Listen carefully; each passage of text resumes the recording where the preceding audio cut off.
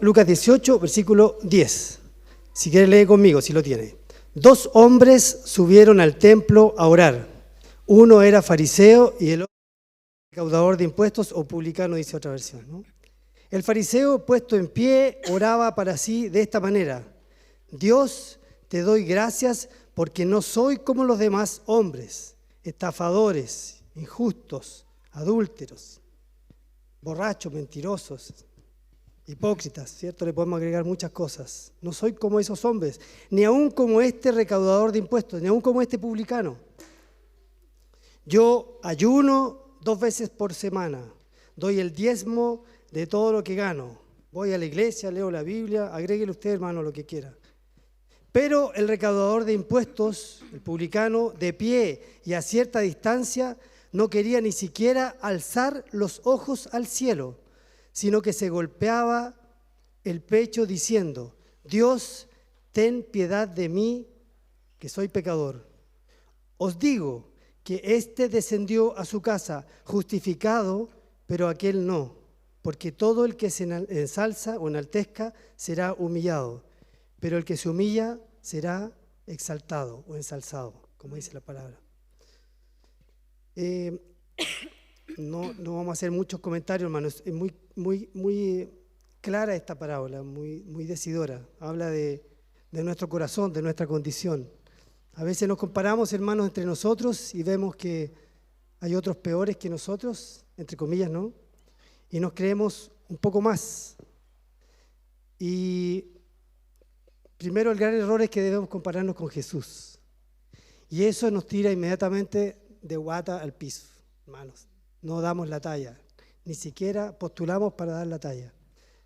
Así que esta parábola lo que nos invita a reflexionar es a la humildad. Dice, ¿se acuerdan en Filipenses que dice: haya pues en vosotros el sentir que hubo en Cristo, el Señor de los cielos, que se humilló y se entregó por nosotros pecadores? Que esa actitud de humildad exista en nuestro corazón, hermano. Oramos al Señor para eso, para que nos ayude a ser mansos y humildes de corazón como Él, y que podamos también con esa actitud entender la gran distancia, el abismo que nos separa del Dios Santo, y entender que el llamado es amar a nuestro prójimo. Así que sea en nuestro corazón eso, amar al Señor por sobre todas las cosas, y con una actitud humilde del corazón, amar al prójimo, servir al prójimo. Amén. Vamos a orar, hermano. Le invito a que inclinen su rostro, cierren sus ojos, vamos a orar. Padre, le damos muchas gracias, Señor, esta mañana, porque por su gracia y misericordia nos tiene acá una vez más, Señor, para alabar y bendecir su nombre. Ayúdenos, Señor, esta mañana para que sea la actitud correcta de nuestro corazón, humildes frente a un Dios santo, infinito y maravilloso. Señor, ayúdenos para que nuestro corazón aprenda a ser manso y humilde como usted, Señor. Que podamos mirarle a través de Cristo solamente, que podamos entender que Cristo es la esperanza de gloria, que Cristo nos justificó, que Cristo nos salvó, que Cristo nos lavó y que solamente por Él tenemos acceso a usted, Señor. Gracias, Padre, que esa actitud que hubo en usted, Señor, sea la actitud de nuestro corazón esta mañana para entender su palabra, para entender su misericordia y su gracia, Señor. Porque aquel que vino afligido pueda descansar en usted, Señor. Aquel que vino con algún problema, Señor, en su corazón, que aprenda a entender que podemos descansar a sus pies y entregar las cargas, Señor, a sus pies, porque usted tiene cuidado de nosotros. Que aprendamos a descansar también en su amor y en su misericordia, y que no abusemos de la gracia suya, Señor. Ayúdenos a estar en una relación correcta con usted, el Dios santo y perfecto, Señor. Le damos gracias esta mañana y disponemos nuestro corazón para cantar, para alabar, como una muestra de gratitud de un corazón humilde, regenerado, que ha sido comprado a precio de sangre. Amén. Señor, que las alabanzas nos ayuden para también glorificar su nombre y darle gracias, Señor, sobre todas las cosas. Gracias, Padre, porque usted nos da la salud, nos dio el trabajo, nos dio la familia, lo que tenemos, Señor. Aún las cosas pequeñas o grandes que podamos tener, es todo gracias a usted, Señor. Y queremos alabar esta mañana con un corazón agradecido, cantar con un corazón humilde frente a usted, Señor.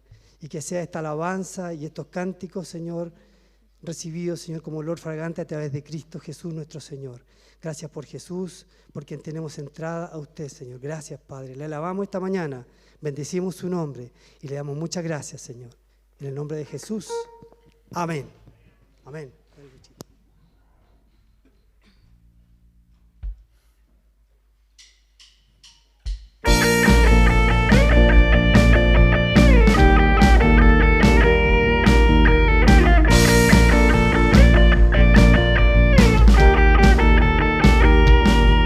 Si nuestro descanso en el cielo está, ¿por qué temeremos la prueba?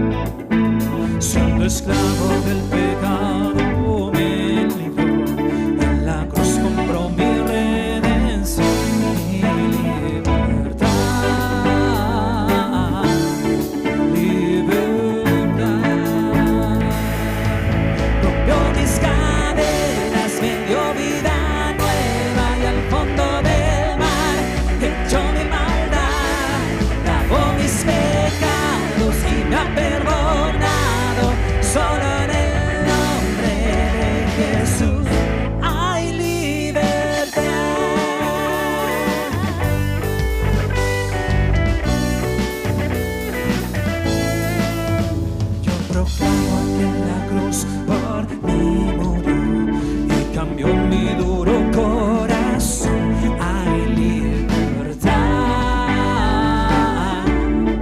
libertad.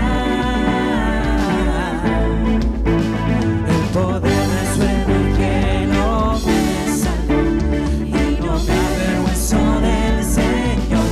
Mi libertad, libertad. Rompió mis cadenas, me dio vida nueva y al fondo del mar echó mi maldad, lavó mis pecados y me ha perdonado. Solo en el nombre de Jesús hay libertad. Al que dijo, oh, sé libre, es libre en verdad. Al que dijo, hace libre, es libre en verdad. Al que dijo, hace libre, es libre en verdad. Al que dijo, hace libre, es libre en verdad. Rompió mis cadenas, me dio vida nueva y al fondo del mar echó mi maldad, lavó mis pecados y me ha perdonado. Solo en el nombre de Jesús rompió mis cadenas, me dio vida nueva y al fondo del mar echó mi maldad, lavó mis pecados y me ha perdonado. Solo en el nombre de Jesús hay libertad.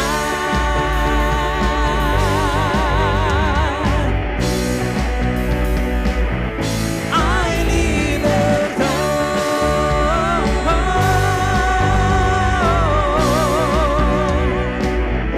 Hay libertad.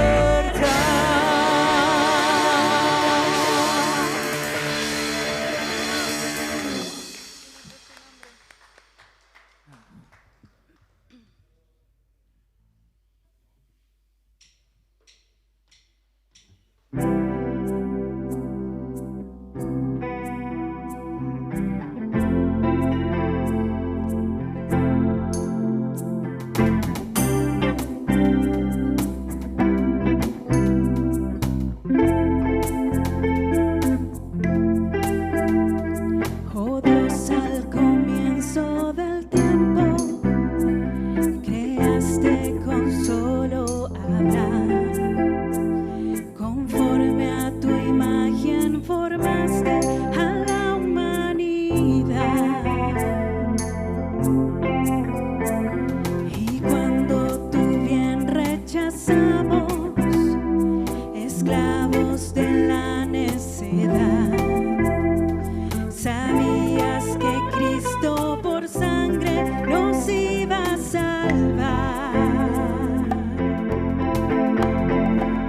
Oh, cuánto amor derramaste, Señor, que ahora nos llamas hijos de Dios. Uno con Cristo, qué redención, somos siempre tuyos.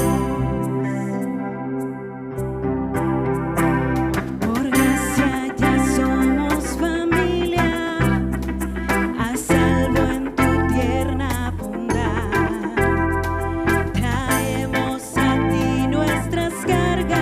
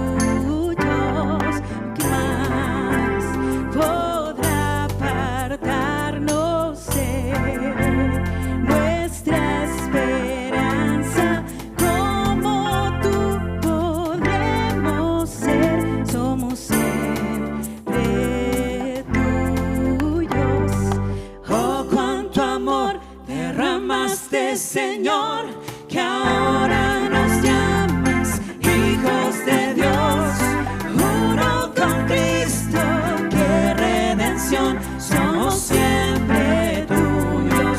Oh, cuánto amor derramaste, Señor, que ahora nos llamas hijos de Dios, uno con Cristo, qué redención, somos siempre tuyos. Oh, cuánto amor derramaste, Señor, que ahora nos llamas hijos de Dios, uno con Cristo, qué redención, somos siempre tuyos. Gracias, Señor, por esa promesa tan grande, por su amor derramado por nosotros.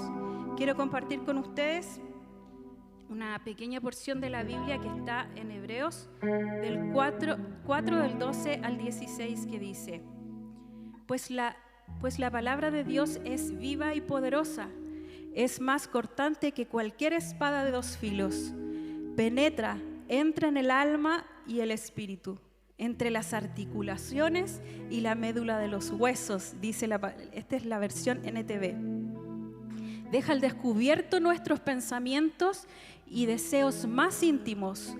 No hay nada en toda la creación que esté oculto a Dios.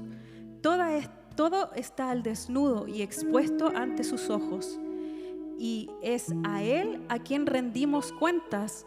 Por lo tanto, ya que tenemos un gran sumo sacerdote que entró en el cielo, Jesús, el Hijo de Dios, aferrémonos a lo que creemos. Nuestro sumo sacerdote comprende nuestras debilidades, porque enfrentó todas y cada una de las pruebas que enfrentamos nosotros. Sin embargo, Él nunca pecó.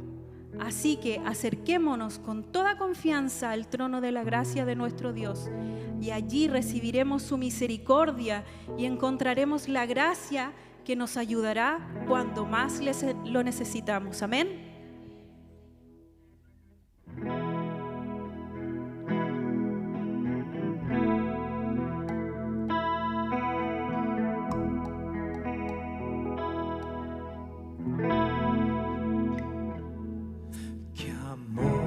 Mis pecados decide olvidar, lanzados al mar no los quiere contar. El cielo omnisciente olvida mi error. Mis faltas son muchas, su gracia es mayor.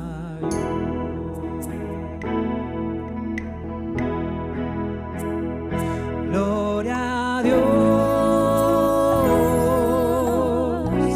su gracia es mayor.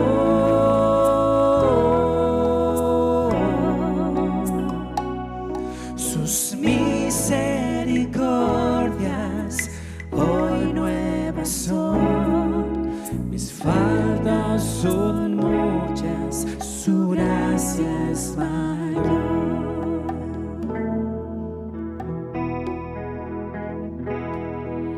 Paciente me guarda en mi desviar, un Padre que tierno me llama al hogar, recibe al débil y vil pecador. Mis faltas son muchas, su gracia es mayor.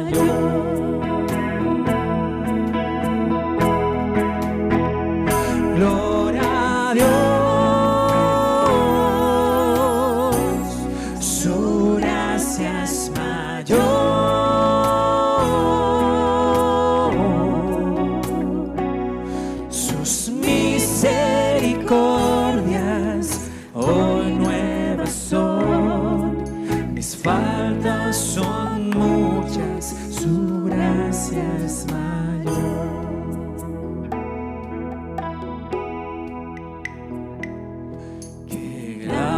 abundantes riquezas Él nos otorgó.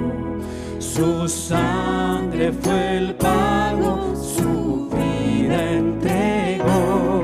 Pagó esa deuda y la canceló. Mis faltas son muchas, su gracia es mayor. Gloria a Dios, su gracia es mayor.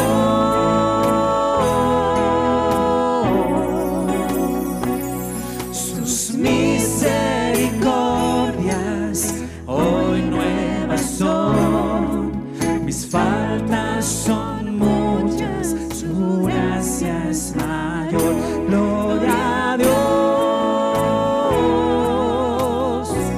su gracia es mayor.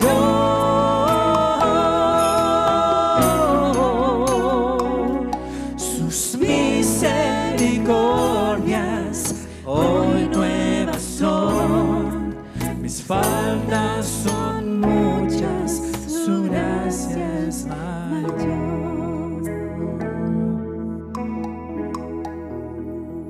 Gloria a Dios, su gracia es mayor.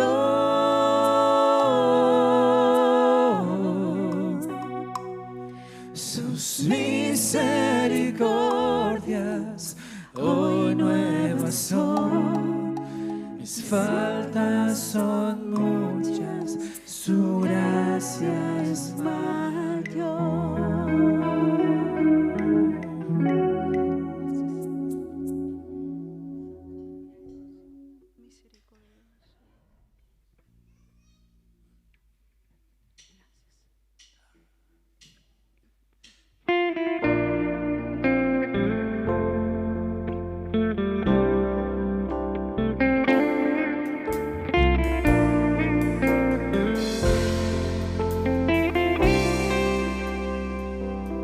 Hay un lugar al que mi alma anhela tanto por llegar. Una ciudad donde hay descanso y gozo por la eternidad. Sé que pronto allá estaré, con mis ojos yo veré aquel que vino a rescatarme para llevarme allí con él. He aquí que la presencia del Señor mora en medio de los hombres que Él salvó. Ellos son su pueblo y es su eterno Dios.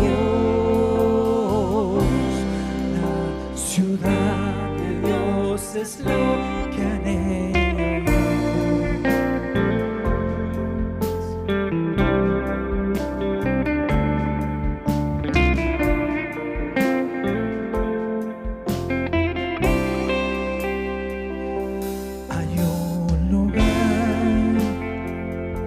Resplandeciente, donde no hay más oscuridad, no existe más un enemigo que vive en plena libertad. Santa y dulce comunión,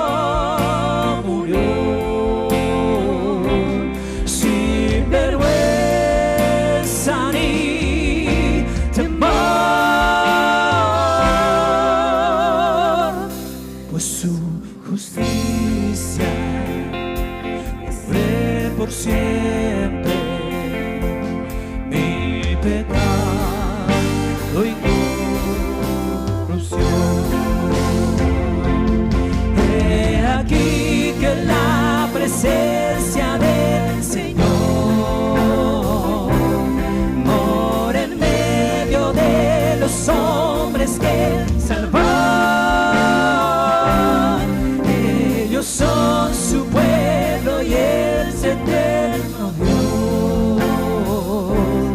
La ciudad de Dios es lo que anhelo yo.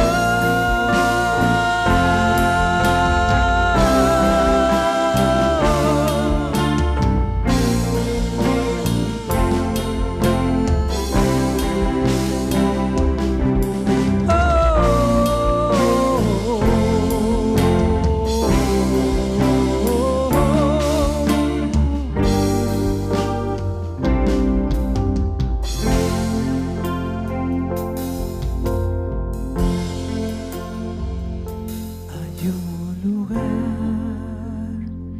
donde su gloria satisface el corazón. Recibiré la recompensa,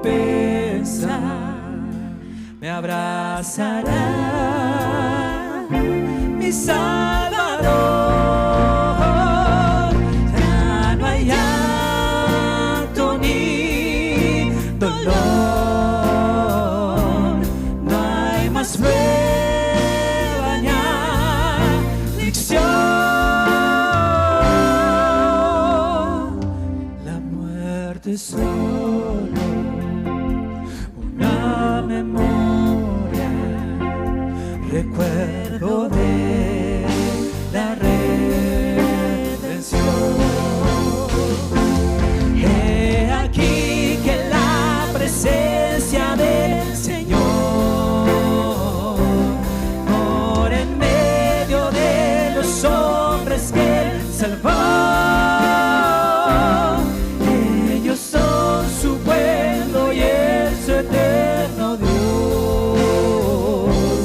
La ciudad de Dios es lo que anhelo yo. La ciudad de Dios es lo que anhelo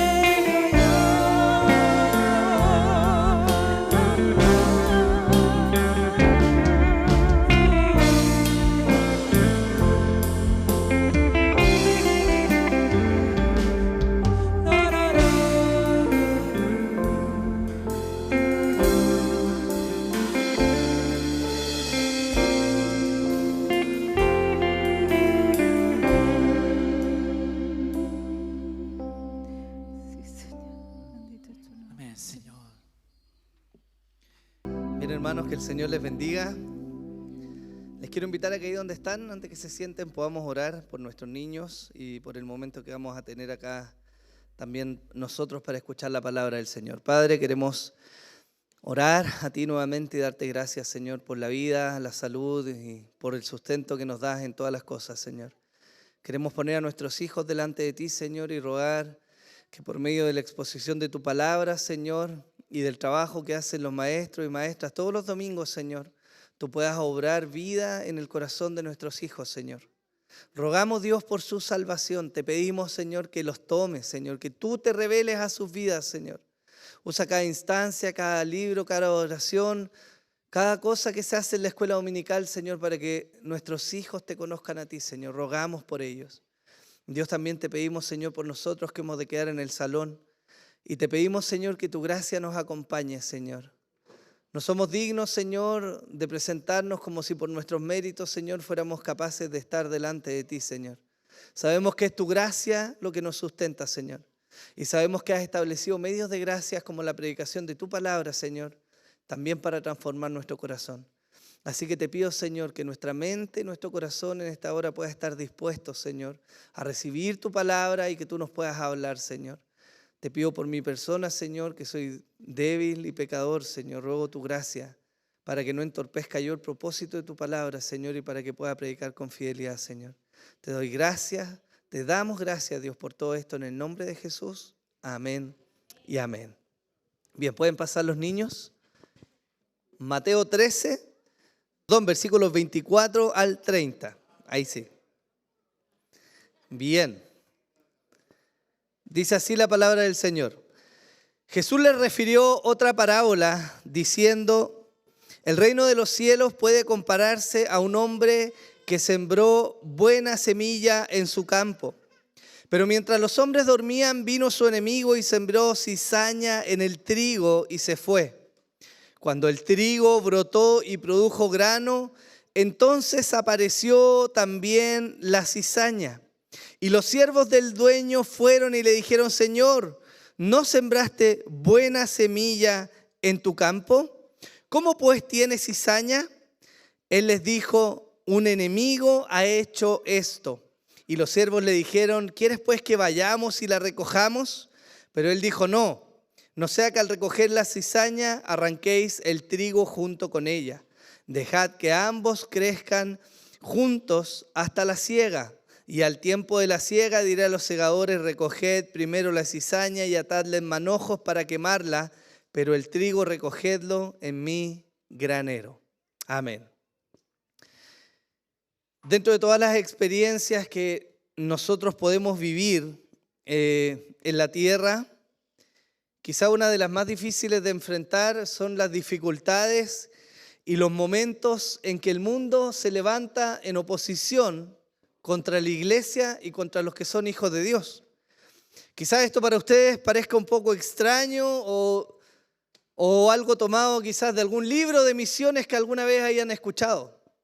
Pero mientras nosotros nos reunimos acá el día de hoy en paz para escuchar la palabra de Dios, hay otros lugares donde nuestros hermanos se reúnen a escondidas o con peligro de sus vidas por predicar la palabra. Y hay algo ciertísimo en la vida en esta tierra. Nuestro Señor Jesús lo enseñó. Hay una disputa, una lucha, una guerra entre el reino de Dios y el reino de las tinieblas. No es una lucha de pares, porque no hay forma alguna en que el enemigo alcance un grado de paridad contra el Señor. Es una lucha que ya está ganada del lado del Señor.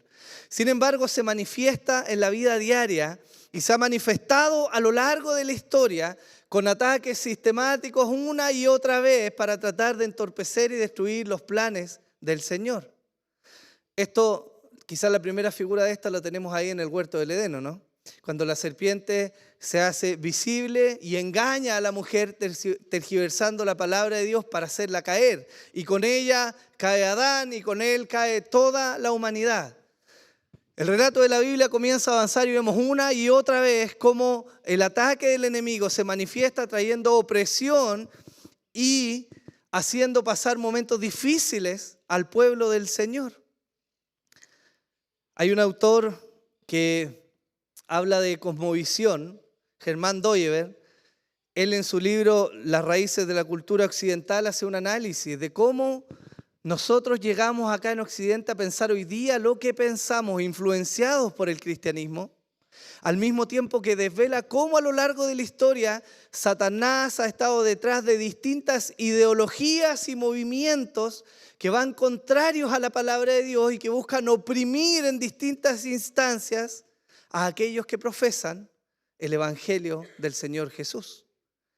Quizás el aterrizaje más contextual que pudiera hacerles hoy día es lo que vivimos hoy día con todo este movimiento woke o este movimiento LGTBI, todo lo que sigue en el abecedario.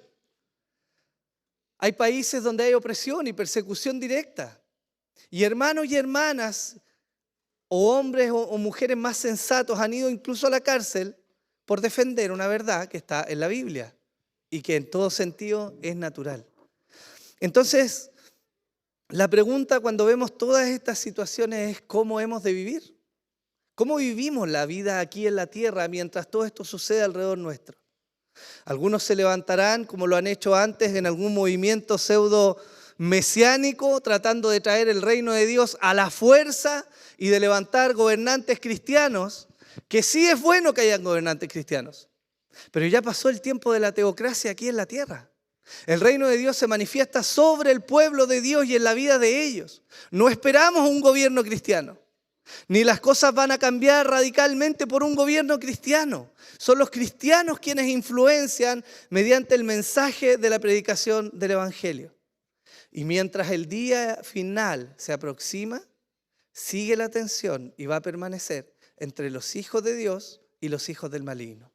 Eso es lo que la parábola de la cizaña precisamente está tratando.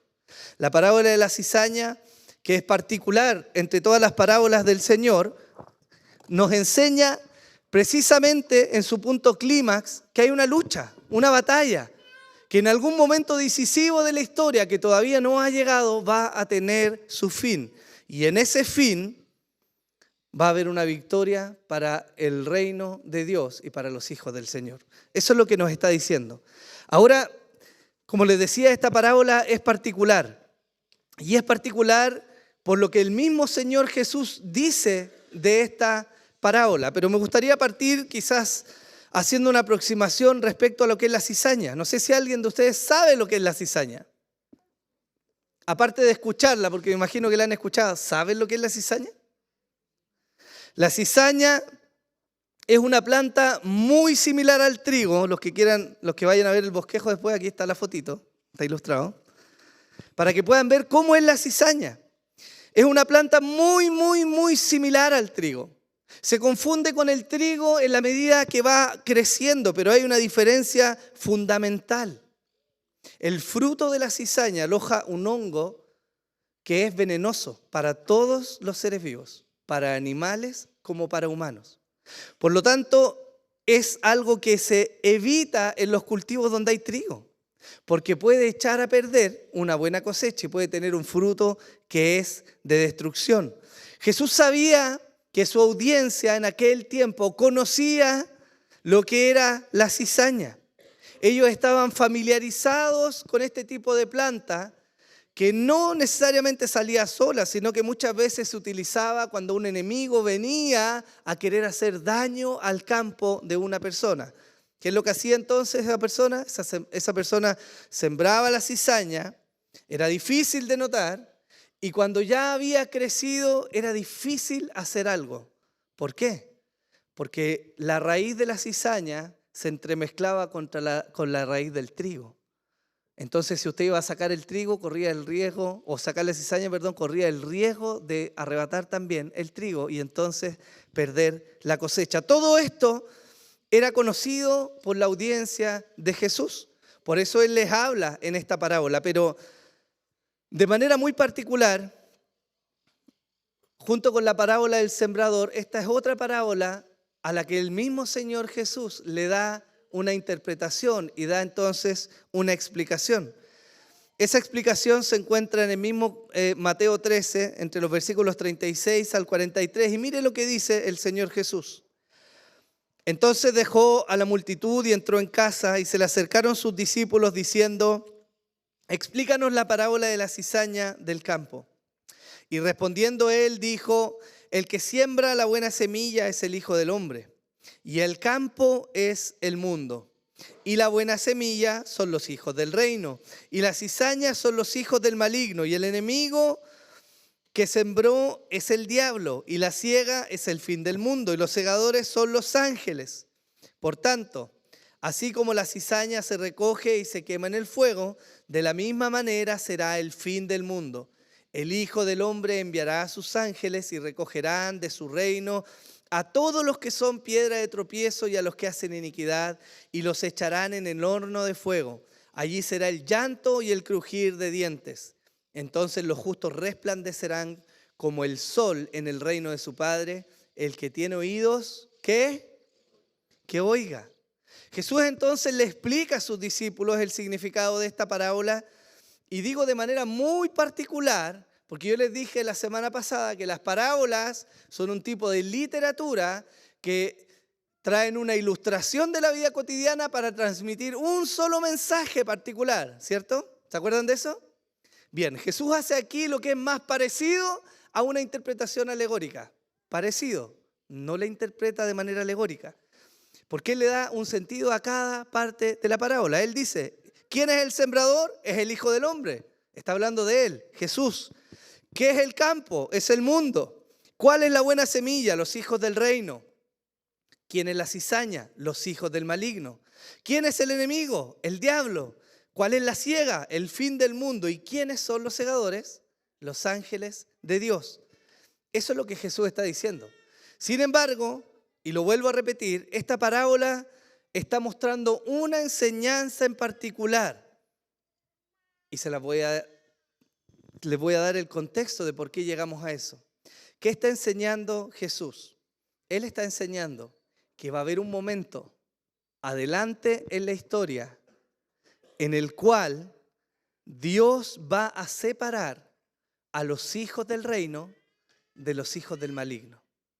Y los caminos que seguirán cada uno de ellos es diametralmente opuesto.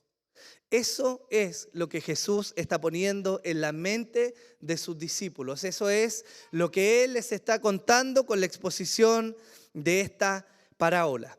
Ahora, ¿de qué nos sirve esta parábola a nosotros hoy día?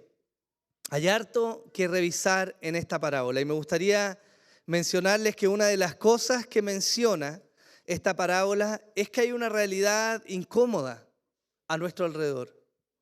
Hay una realidad que no siempre queremos asumir. Hay una realidad que pareciera no gustarnos hablar de ella. Una realidad que es difícil de digerir y que para muchos de los que somos cristianos a veces caemos en un positivismo extremo fuera de lugar, no entendiendo la realidad del mundo en el cual vivimos. ¿Cuál es esa realidad? ¿De qué nos está hablando esta parábola? Nos está diciendo que hay una coexistencia entre los hijos del reino y los hijos del maligno. Y esa coexistencia que resulta en una vida incómoda no va a ser quitada sino hasta el fin del tiempo. Esa es la realidad incómoda.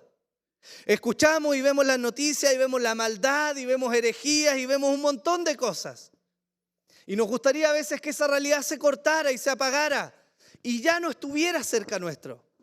Pero lo incómodo de esto es que esa realidad no va a pasar, hermanos.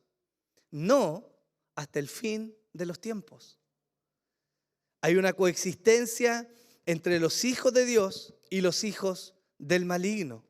El apóstol Juan reconoce esto mismo. En 1 Juan capítulo 3, desde el versículo 8 dice: el que practica el pecado es del diablo, porque el diablo ha pecado desde el principio.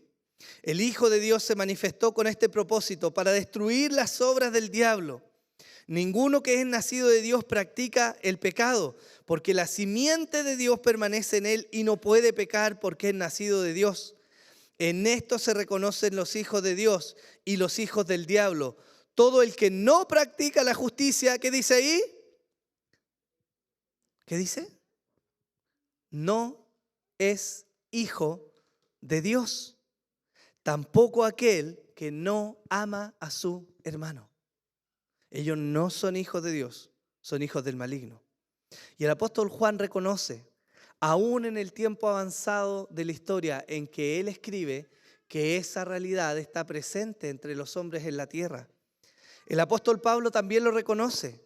En 2 Corintios capítulo 2, desde el versículo 10 dice: pero a quien os perdonéis algo, yo también lo perdono.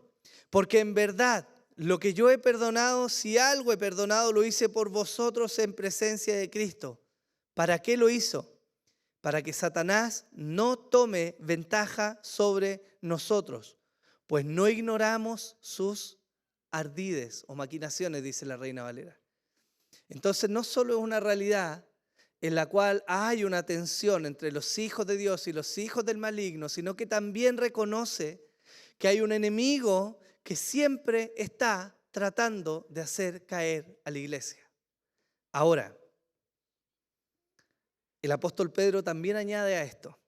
Primera de Pedro capítulo 5, desde el versículo 8 dice: sed de espíritu sobrio, estad alerta. Vuestro adversario el diablo anda al acecho como león rugiente, buscando a quién devorar. Pero resistidle firmes en la fe, sabiendo que las mismas experiencias de sufrimiento se van cumpliendo en vuestros hermanos. ¿Dónde? En todo el mundo. Ahora, hermanos, esto no significa de ninguna manera que toda tentación que sufrimos, o que todo problema que enfrentamos en la vida, o que toda mala decisión que tomamos, o que toda palabra irrespetuosa que sale de nuestra boca viene directamente del diablo. No estoy hablando que le echamos la culpa de todo a él. Santiago escribe que nadie diga cuando es tentado, soy tentado por Dios, porque Dios no puede ser tentado por el mal, y él mismo no tienta a nadie, sino que cada uno es tentado cuando es llevado y seducido por su propia pasión. Después, cuando la pasión ha concebido, da luz el pecado, y cuando el pecado es consumado, engendra muerte. Esta es una realidad difícil de asumir. Y creo que una de las formas en que el enemigo suele atacar a la iglesia del Señor, y quiero ser en esto cauteloso porque creo que el diablo tiene cosas más importantes que venir sobre mi vida o sobre la vida de alguno de nosotros. Seguramente hay algo más relevante que tiene que hacer que venir a nosotros. Pero demonizamos a veces demasiado las cosas. Le echamos la culpa a veces a lo externo, cuando el problema no está en lo externo, sino que está en lo interno, en las pasiones que hay en nuestro corazón, los anhelos y los deseos que nosotros tenemos, que mueven nuestra mirada, o coartan nuestros pasos, o no nos hacen movernos en pos de cualquier otra cosa. Sin embargo, y a pesar de eso, la lucha espiritual es real. Hay un enemigo que se levanta, que ideologiza, que instruye y que de alguna manera mete sus tentáculos en el sistema de este mundo para oprimir y hacer caer una y otra vez a lo largo de toda la historia. Eso ha sido así y se va a seguir manifestando.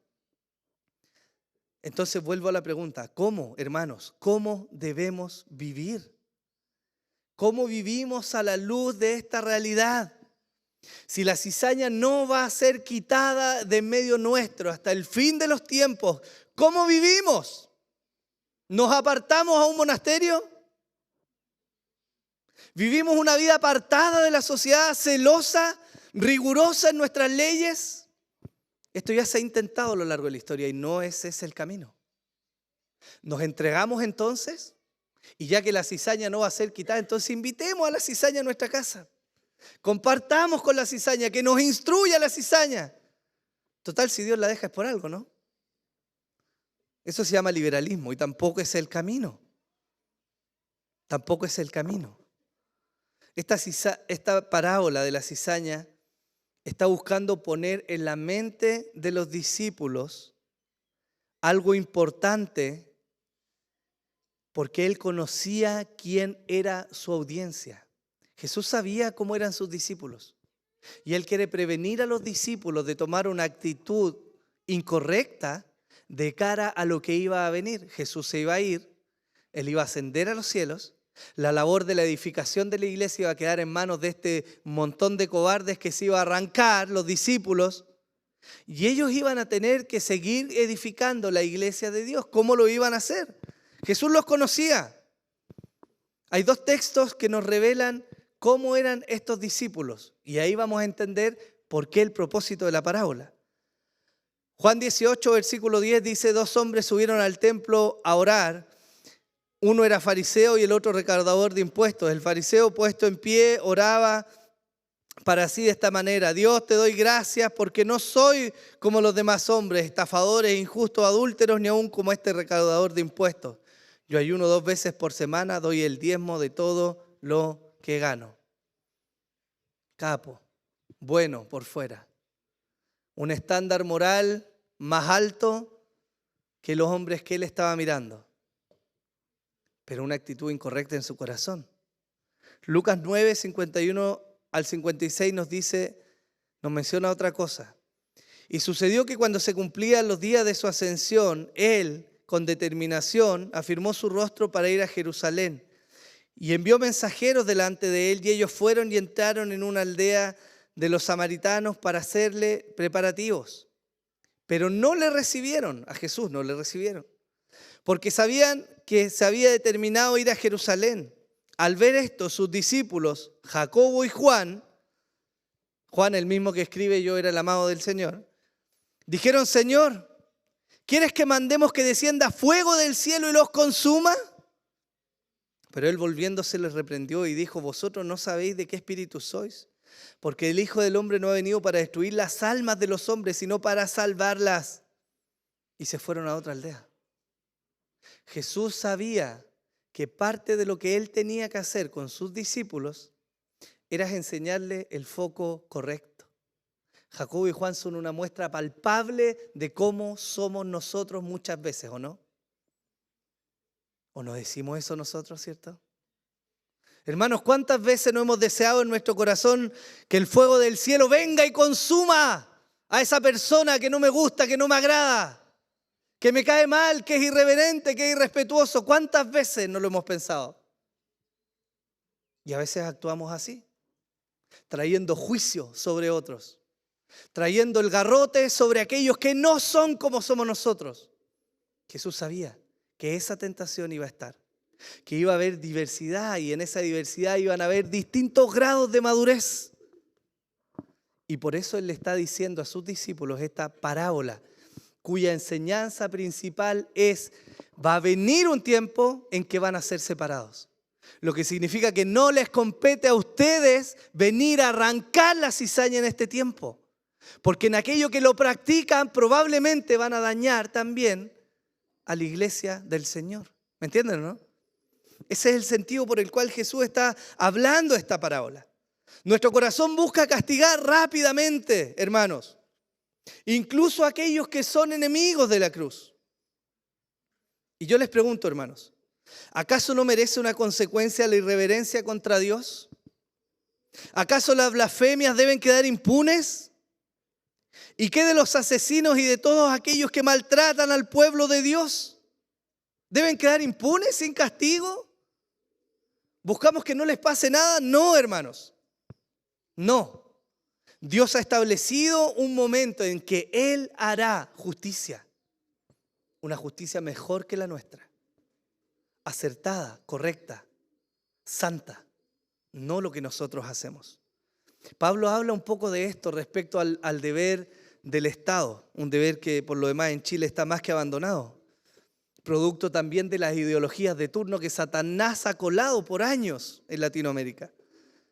Pero Pablo escribe lo siguiente en Romanos 13. Sométase toda persona a las autoridades que gobiernan, porque no hay autoridad sino de Dios. Y las que existen por Dios son constituidas. Por consiguiente, el que resiste a la autoridad, al ordenado por Dios, sea opuesto. Y los que se han opuesto sobre sí recibirán condenación. Porque los gobernantes no son motivo de temor para los de buena conducta, sino ¿para quién? Para los que hacen el mal. Estamos proyectando, ¿no? No estamos proyectando ya. Perfecto. Sino para el que hace el mal. Deseas pues no temer a la autoridad, haz lo bueno y tendrás elogios de ella. Pues para ti es un ministro de Dios para el bien. Pero si haces lo malo, teme. Porque no en vano lleva la espada. ¿De quién está hablando? Pablo está hablando del Estado.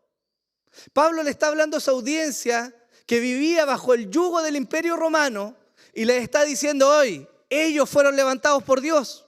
No hay hombre que se levante sobre la faz de la tierra en un grado de autoridad que no haya sido puesto por Dios. ¿Cuál es el sentido de esa autoridad?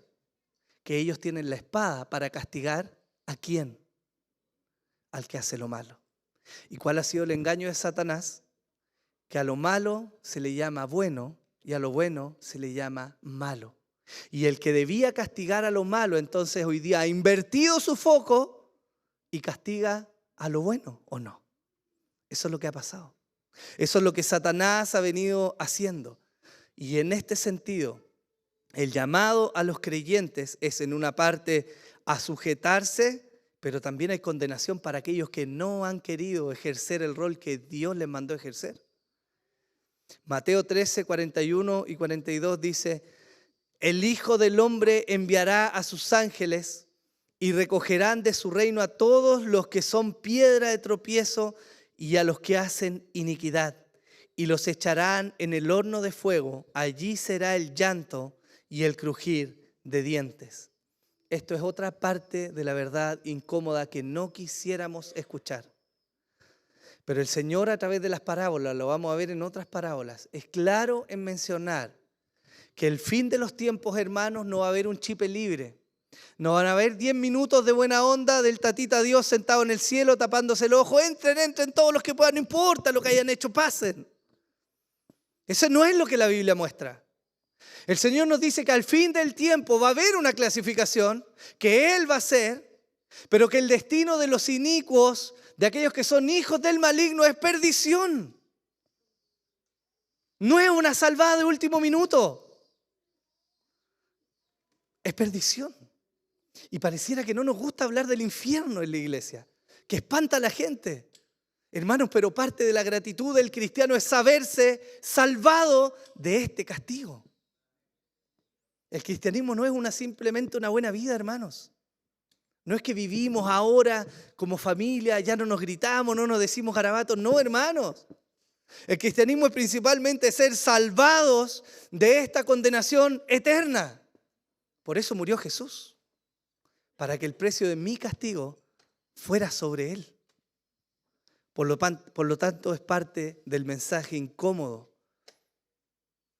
pero de la realidad que vivimos. Y es imposible escapar de esta realidad. Esta parábola es muy parecida a la de la red, que vamos a ver más adelante. Y ambas se enfocan en presentar cuál es el fin de aquellos que son hijos del maligno, a la vez que muestra cuál es el fin de los que son hijos del Señor. Ahora, hermanos, una pregunta es cómo la iglesia entonces debe vivir a la luz de esto. En la parábola se nos menciona que la influencia o que este campo donde la cizaña ha sido sembrado es de alguna manera de alcance global. Y efectivamente podemos ver, si nosotros tomamos como ese contexto el mundo, que en el mundo hay hijos de Dios y hay hijos del maligno. Y de manera muy particular hay un subconjunto, si lo llamamos así, que se llama iglesia local. Y en esta iglesia local también hay cizaña dentro de ella. A pesar de que el enfoque de los poderes es diferente, porque en el mundo quien influencia más son los hijos del maligno, en la iglesia quien influencia más es Dios a través de sus hijos. Pero se sigue compartiendo esta realidad de que tanto en el mundo como en la vida de iglesia local va a haber cizaña. ¿Cómo resguardamos entonces, hermanos, a la iglesia de Dios, al rebaño del Señor? ¿Cómo resguardamos a la iglesia de la cizaña? Y quisiera contarles 4 consejos o 4 aplicaciones que podemos ver de esta parábola. La primera de ellas es que debemos actuar con amor y cuidado. Jesús es absolutamente claro en su interpretación de la parábola que a quien le compete clasificar y desarraigar es a Él mismo, no a nosotros. Eso significa que no somos nosotros, hermanos, llamados a ser los inquisidores de la iglesia el día de hoy. No, hermanos, debemos mirar con cuidado a los que tenemos al lado nuestro. No ganamos un grado, no somos mejores que otros, como para andar viendo quién es y quién no es cristiano. No en un sentido de clasificar nosotros, por lo menos. ¿Por qué? ¿Cuál es el riesgo de hacer esta separación nosotros que tenemos un entendimiento limitado? Que mientras hacemos esto y desarraigamos la cizaña, podemos dañar también al trigo. Y lo hemos visto, ¿no? Los que me conocen de cerca y saben mi testimonio saben que yo vengo de un movimiento universitario que se transformó en una secta y que terminó dañando a muchos hijos de Dios, dañando sus corazones, dañando sus vidas, mostrando una falsa imagen del evangelio al aplicar por la fuerza algo que solo Dios puede hacer. Y eso lo vemos alrededor nuestro, ¿no? ¿No es el legalismo algo de lo que debiéramos escapar verdaderamente? Y por el otro extremo, ¿no es el liberalismo algo de lo que debiéramos huir de igual manera? Por lo tanto, ¿cuál es el camino? Actuar con amor y cuidado. No somos nosotros, hermanos, es Dios quien tiene el entendimiento correcto y quien conoce los corazones para limpiar a su iglesia. Y hay una poda final de los tiempos y hay algo que Dios hace mientras vamos caminando. Él va sacando también. Santiago 5 del 7 al 8 dice: por tanto, hermanos, sed pacientes hasta la venida del Señor. Mirad cómo el labrador espera el fruto precioso de la tierra, siendo paciente en ello hasta que recibe la lluvia temprana y tardía. Sed también vosotros pacientes. Fortaleced vuestros corazones, porque la venida del Señor está cerca. Vemos la maldad en el mundo. Vemos los problemas que hay. Las herejías que se levantan a diestra y siniestra hoy día entre medio de falsos apóstoles y de evangelio de la prosperidad y de otros livianos y de otros más sectarios. Y el Señor nos dice: sean pacientes. El Señor no se ha olvidado de su iglesia.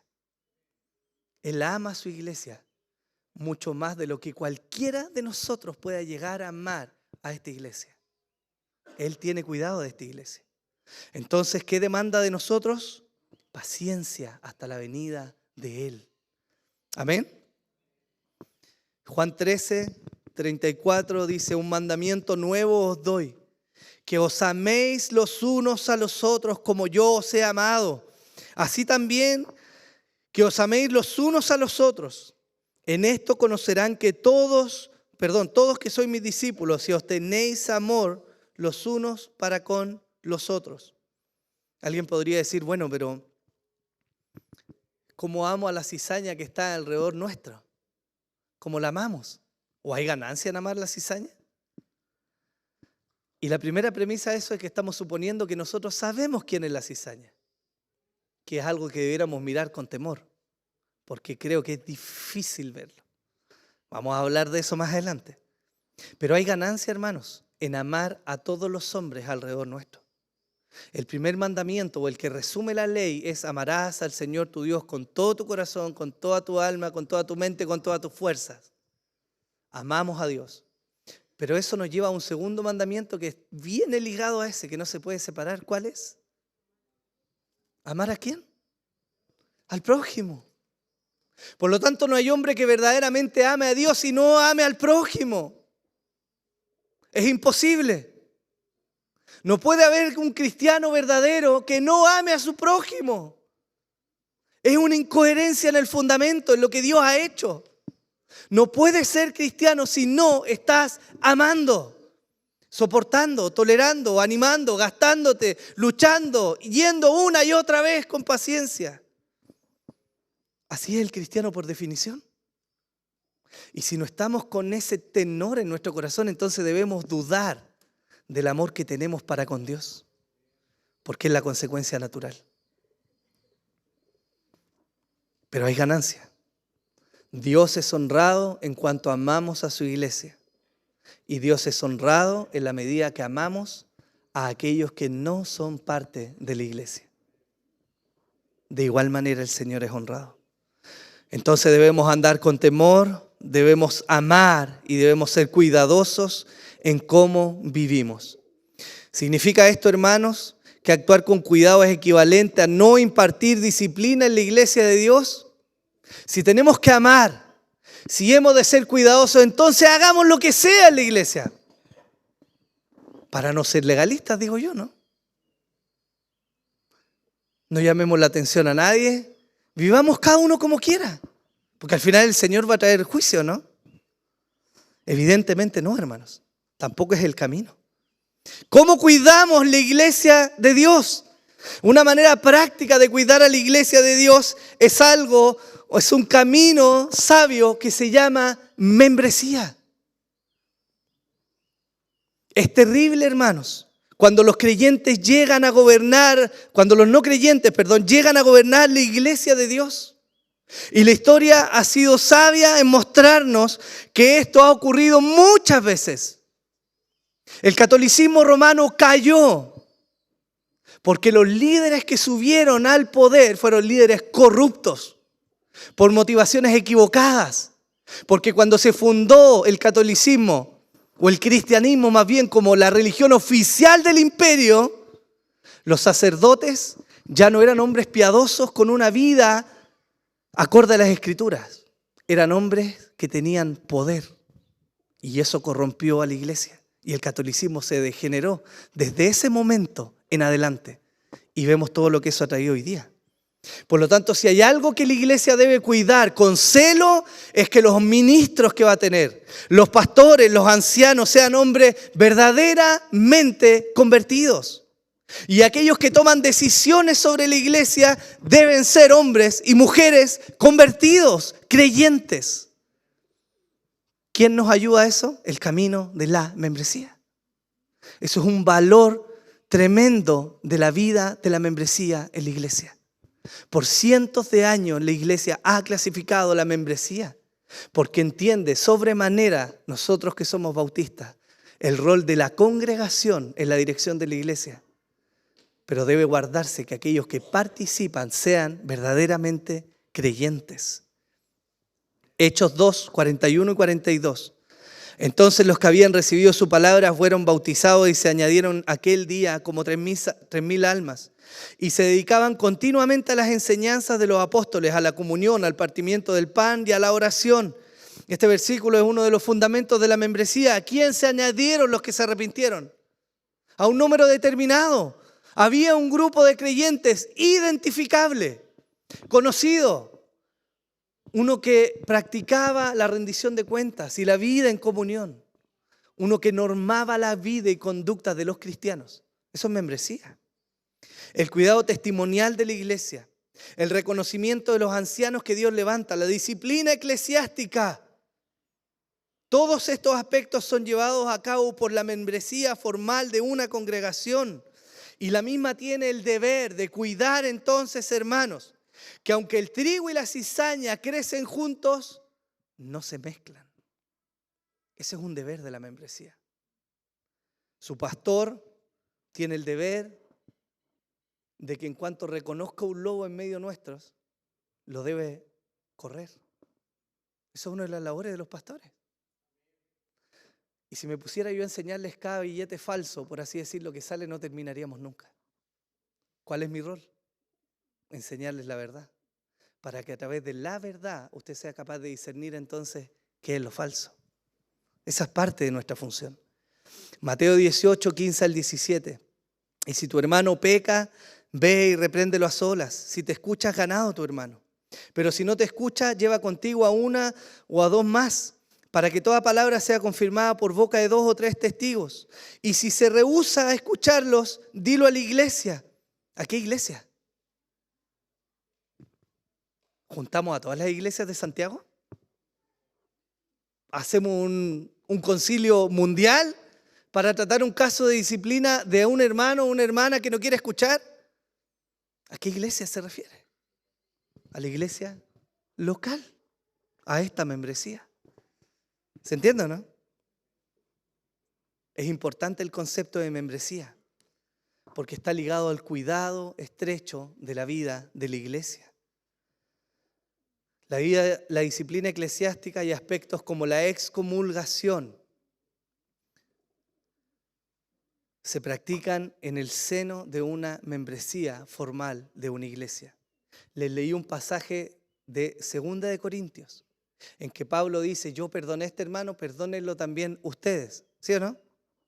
Ese hermano al que Pablo perdonó es el mismo hermano que sale en 1 de Corintios que se había metido con la mujer de su padre, del cual Pablo dice: apártenlo de la congregación, sáquenlo de entre medio de ustedes, ni siquiera se junten con él.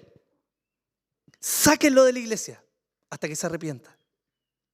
Y ese hermano llega después a la iglesia arrepentido. ¿Y Pablo qué dice? Ahora recíbanlo. El propósito de la disciplina eclesiástica es la restauración. Pero efectivamente la iglesia tiene un grado de poder que Dios le ha dado para poder también excomulgar y limpiar de la iglesia los casos que son evidentemente claros respecto a una vida pecaminosa. ¿Sí?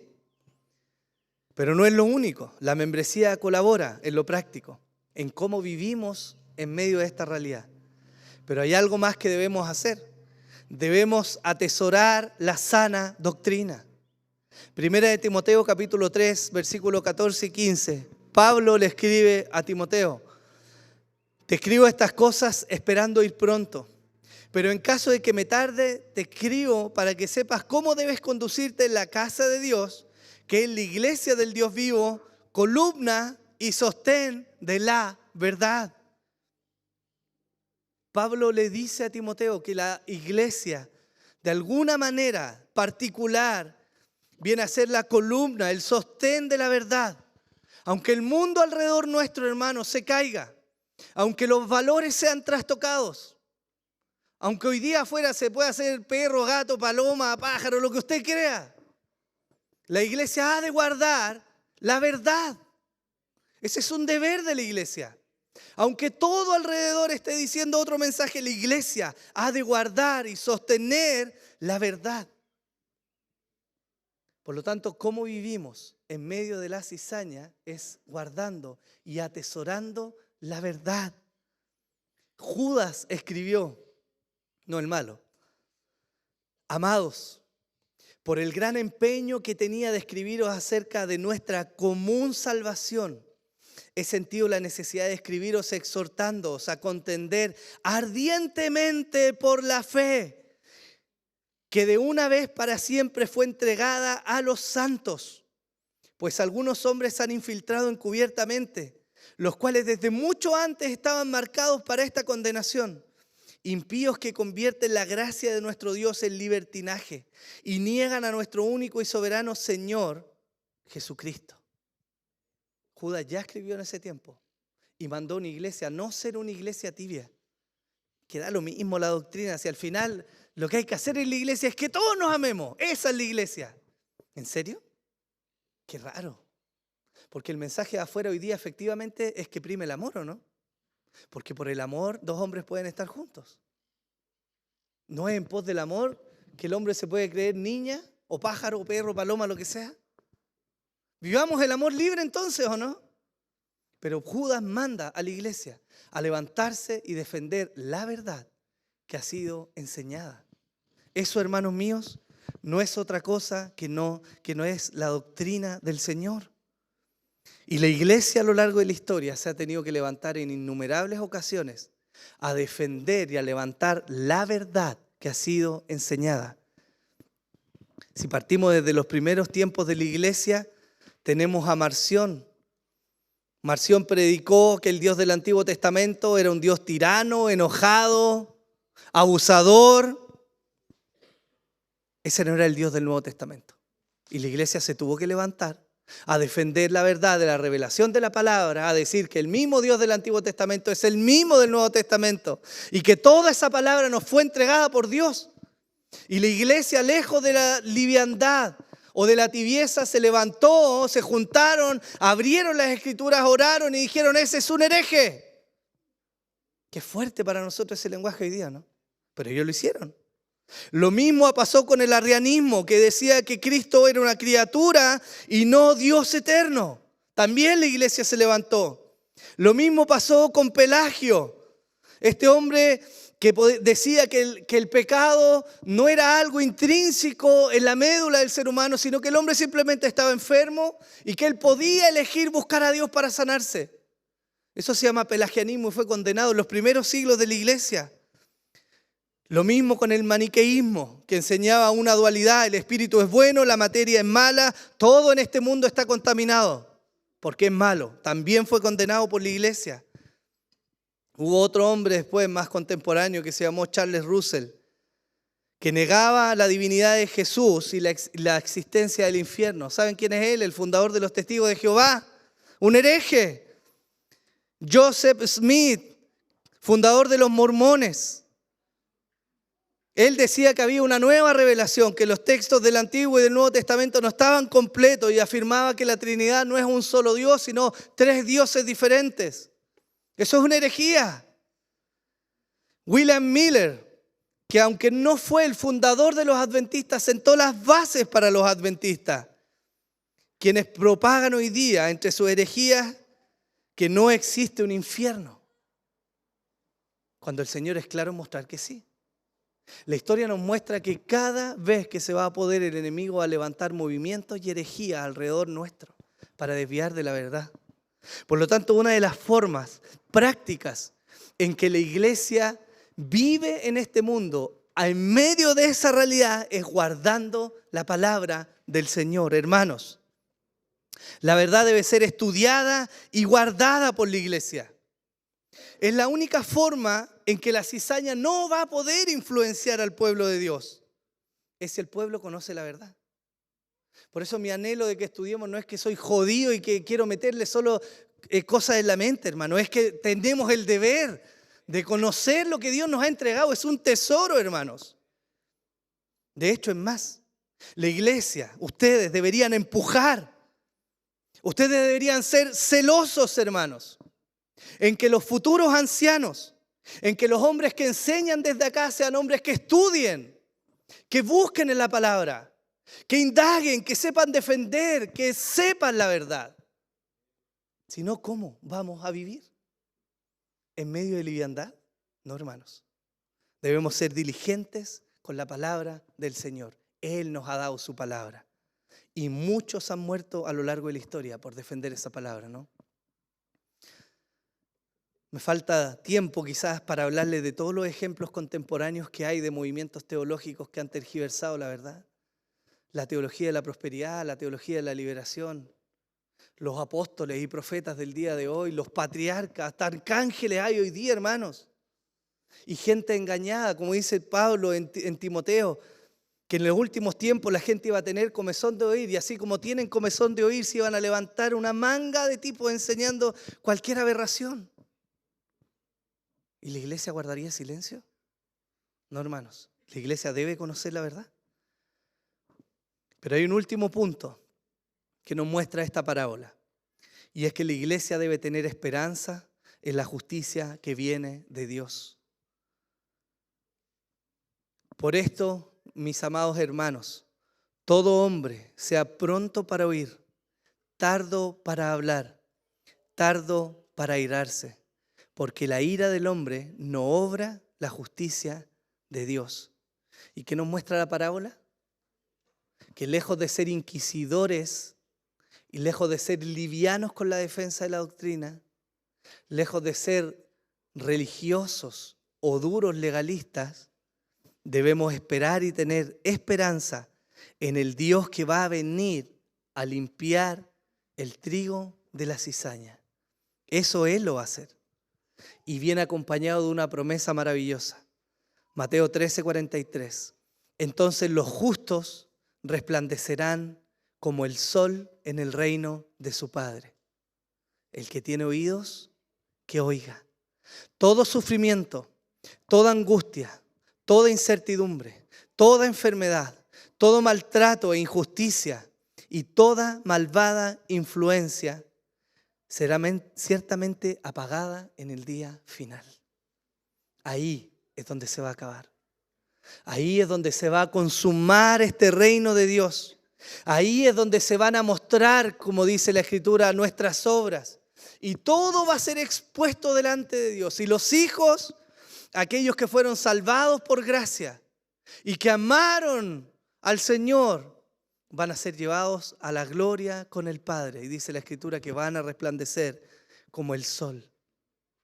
Pero ahí va a ser el castigo también de todos los que rechazaron al Señor, de todos los que fueron livianos, de todos los que fueron irreverentes, de todos los que perseveraron en pecar, de todos los que perseveraron en ignorar al Señor, aunque escucharon una y otra vez a lo largo de los años.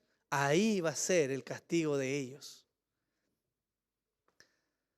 La parábola no nos llama solamente a ser seguidores cuidadosos y temerosos, sino que pone esperanza en nuestros corazones.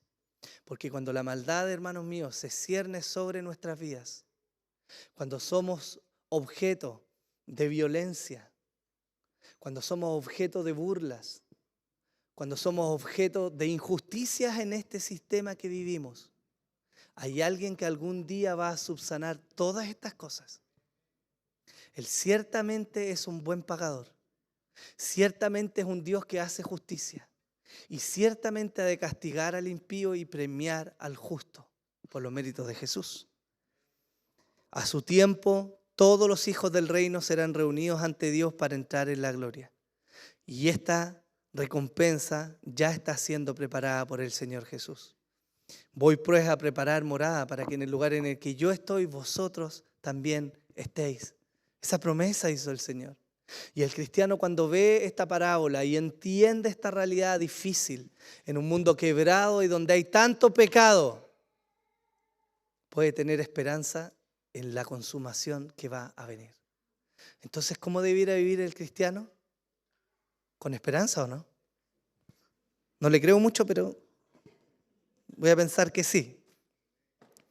Apocalipsis 5, del versículo 9 dice: y cantaban un cántico nuevo diciendo: digno eres de tomar el libro y de abrir sus sellos, porque tú fuiste inmolado y con tu sangre compraste para Dios a gente de toda tribu, lengua, pueblo y nación, y los has hecho un reino y sacerdotes para nuestro Dios, y reinarán sobre la tierra. Y miré y oí la voz de muchos ángeles alrededor del trono y de los seres vivientes y de los ancianos, y el número de ellos era miríadas de miríadas y millares de millares, que decían a gran voz: el Cordero que fue inmolado, digno es de recibir el poder, las riquezas, la sabiduría, la fortaleza, el honor, la gloria y la alabanza. Y a toda cosa creada que está en el cielo, sobre la tierra, debajo de la tierra y en el mar, y a todas las cosas que en ellos hay, oí decir: al que está sentado en el trono y al Cordero sea alabanza, la honra, la gloria y el dominio por los siglos de los siglos. Y los 4 seres vivientes decían: amén. Y los ancianos se postraron y adoraron. Esta es una imagen del cielo. Es una fotografía de lo que algún día va a ser el pueblo de Dios reunido delante de Él, alabando, exaltando, glorificando a nuestro Dios. Esta figura es ciertísima y todos los hijos de Dios han de llegar a este destino. Póngase en pie, mi hermano, por favor.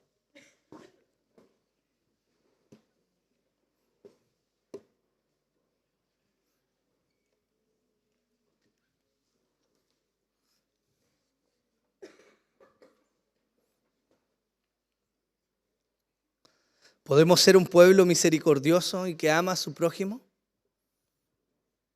El salmista escribió, parafraseando, cuando vi la maldad de los hombres alrededor mío y la injusticia y la iniquidad que hacían, me enojé en mi corazón. Escribe el salmista. Dice: hasta que comprendí cuál era el destino de ellos. Porque cuando comprendió lo que venía al final, entonces, lejos de enojarse, Él tuvo misericordia y dio gracias a Dios por la salvación que estaba preparada. Les invito a que oremos, hermanos, y demos gracias por la misericordia del Señor. Padre, te alabamos, Señor. Yo te doy gracias por tu misericordia, Señor. Sé completamente, Señor, que no tengo ningún derecho ganado por mí mismo, Señor. Ni hay algo que yo haya hecho, Señor, como para presentarme en este lugar hoy día y hablar, Señor, de lo maravilloso que va a ser el cielo, Señor, y lo terrible que va a ser el infierno de cara a los que no te conocen. Sé que es tu gracia, Señor, la que me ha salvado. Y sé que es tu gracia, Señor, lo que nos sostiene el día de hoy. Pero yo te ruego, Señor, que nos ayudes a examinar la profundidad de nuestros corazones. Ayúdanos a ver, Señor, y a alegrarnos en la esperanza que tú tienes preparada. Pero ayúdanos también a mirar, Señor, si acaso hay algo de legalismo, Señor, o de liberalismo en nuestros corazones.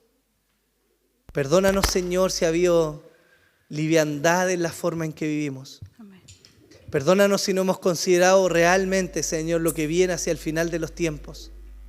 Y ayúdanos, Señor, a caminar con esperanza en medio de este mundo quebrado, Señor, mostrando el evangelio de la gracia, Señor.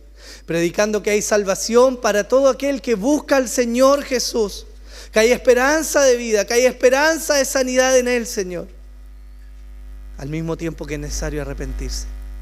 Danos gracias, Señor, y permítenos ser un pueblo santo para ti, Señor. Purifícanos, Señor. Guarda, Señor, a tu iglesia. Limpia las motivaciones de nuestro corazón, Señor, para que podamos deleitarnos en ti, Señor, y atender con urgencia, Señor, el tiempo que se aproxima. Amén. Ayúdanos a amar a tu iglesia, ayúdanos a amar a nuestros hermanos, Señor. Haz notorio ese amor por medio de nuestro servicio y nuestra devoción. Te lo rogamos, Padre, en el nombre de Jesús. Amén y amén. Vamos a cantar al Señor, hermanos.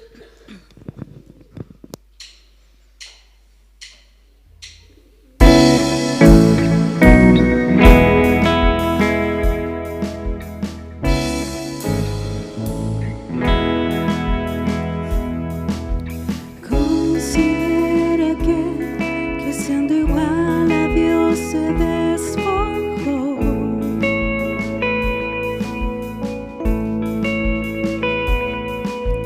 Considera que semejante al hombre descendió.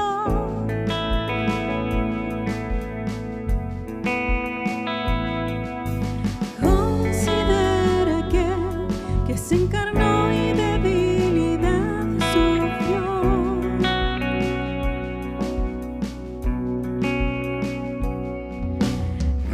Considera que fue tentado en todo y no pecó.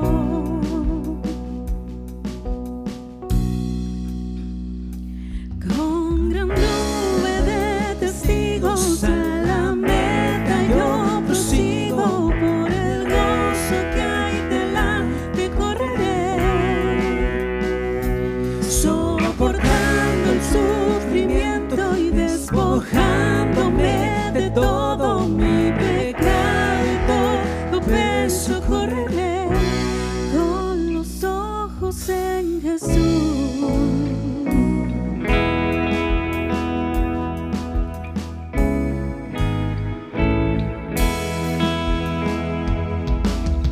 Considera que hasta lo más profundo se humilló.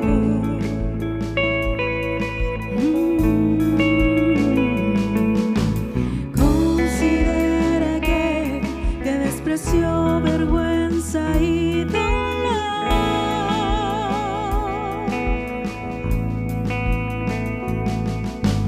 Considera que el peso del pecado soportó.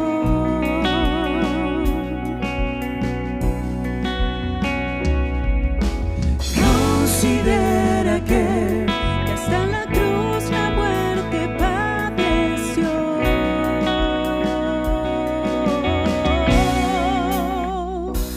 Con gran nube de testigos a la meta yo prosigo, por el gozo que hay delante correré, soportando el sufrimiento y despojándome de todo mi pecado y todo peso correré. Con gran nube de testigos a la meta yo prosigo, por el gozo que hay delante correré, soportando el sufrimiento y despojándome de todo mi pecado y todo peso correré con los ojos en Jesús. El Cordero y León, el pecado y la muerte él venció, el mediador, eterna paz, intercede ante el trono celestial.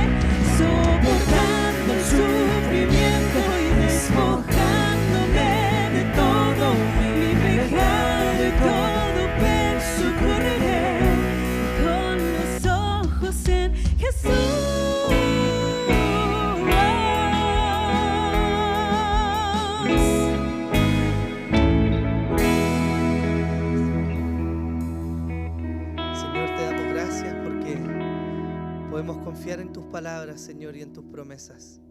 Y fiel eres, Señor, en mostrarnos y alentar nuestro corazón, Señor.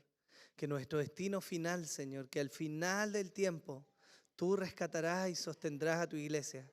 Señor, y dice tu palabra que si nosotros hayamos muerto a esa instancia, entonces nos resucitarás, Señor, levantarán nuestros cuerpos, Señor, y nos reuniremos contigo para habitar en gloria por los siglos de los siglos, Señor.